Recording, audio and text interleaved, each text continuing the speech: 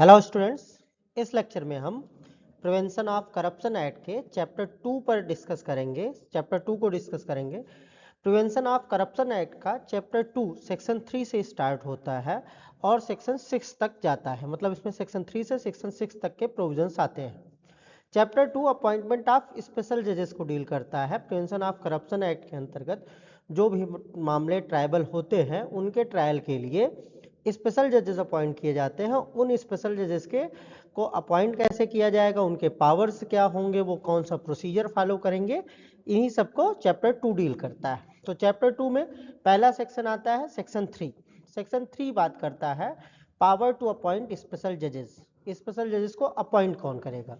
तो सेक्शन 3 के अकॉर्डिंग जो प्रिवेंशन ऑफ करप्शन एक्ट के अंतर्गत स्पेशल जजेस हैं, इनको सेंट्रल गवर्नमेंट अपॉइंट करती है या स्टेट गवर्नमेंट अपॉइंट करती है। और सेंट्रल और स्टेट गवर्नमेंट स्पेशल जजेस अपॉइंट कहाँ के लिए करती हैं, किसी पर्टिकुलर एरिया के लिए अपॉइंट कर सकती हैं। मतलब किसी एक टेरिटरी को बता दिया कि इसमें स्पेशल जजेस को अपॉइंट कर सकती है, उस पर्टिकुलर टेरिटरी में किसी एक स्पेशल जज को अपॉइंट कर सकती है या मोर देन वन स्पेशल जजेस को भी अपॉइंट कर सकती है, या पर्टिकुलर ग्रुप ऑफ केसेस के लिए भी स्पेशल जजेस अपॉइंट किए जा सकते हैं। जैसे प्रिवेंशन ऑफ करप्शन एक्ट के अंतर्गत अगर कोई इसेंशियल कमोडिटीज के ट्रायल का मामला है तो उसके लिए अलग से एक स्पेशल जज ही अपॉइंट कर दिया कि अगर इसेंशियल कमोडिटीज से रिलेटेड किसी मामले में प्रिवेंशन ऑफ करप्शन एक्ट के अंतर्गत कार्यवाही होती है तो ये पर्टिकुलर जज ट्रायल करेगा।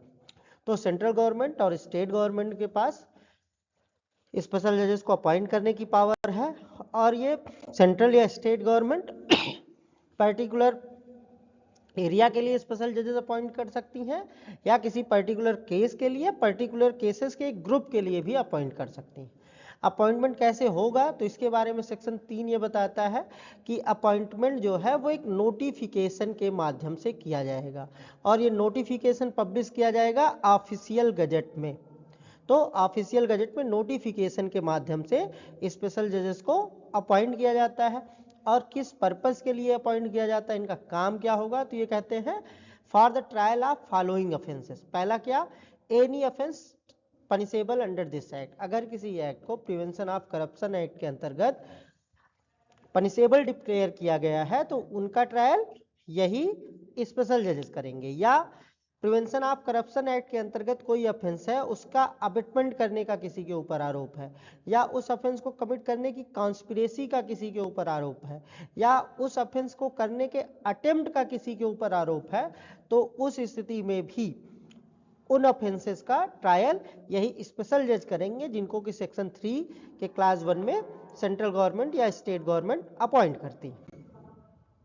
क्वालिफिकेशन क्या होगी, कोई भी व्यक्ति स्पेशल जज बन कब सकता है, तो कोई भी व्यक्ति प्रिवेंशन ऑफ करप्शन एक्ट के अंतर्गत स्पेशल जज तब बन सकता है जबकि वो एज ए सेशंस जज काम कर रहा हो, या एडिशनल सेशंस जज की तरह काम कर रहा हो, या सेशंस जज रह चुका हो, या एडिशनल सेशंस जज रह चुका हो। मतलब कि कोई भी सेशंस जज या एडिशनल सेशंस जो इस समय ऑफिस में है उसको प्रिवेंशन ऑफ करप्शन एक्ट के सेक्शन 3 के क्लास 1 में स्पेशल जज बनाया जा सकता है, या ऐसा कोई व्यक्ति जो पहले सेशंस जज या स्पेशल एडिशनल सेशंस जज रह चुका है उसको भी स्पेशल जज बनाया जा सकता है under section 3 prevention of corruption act.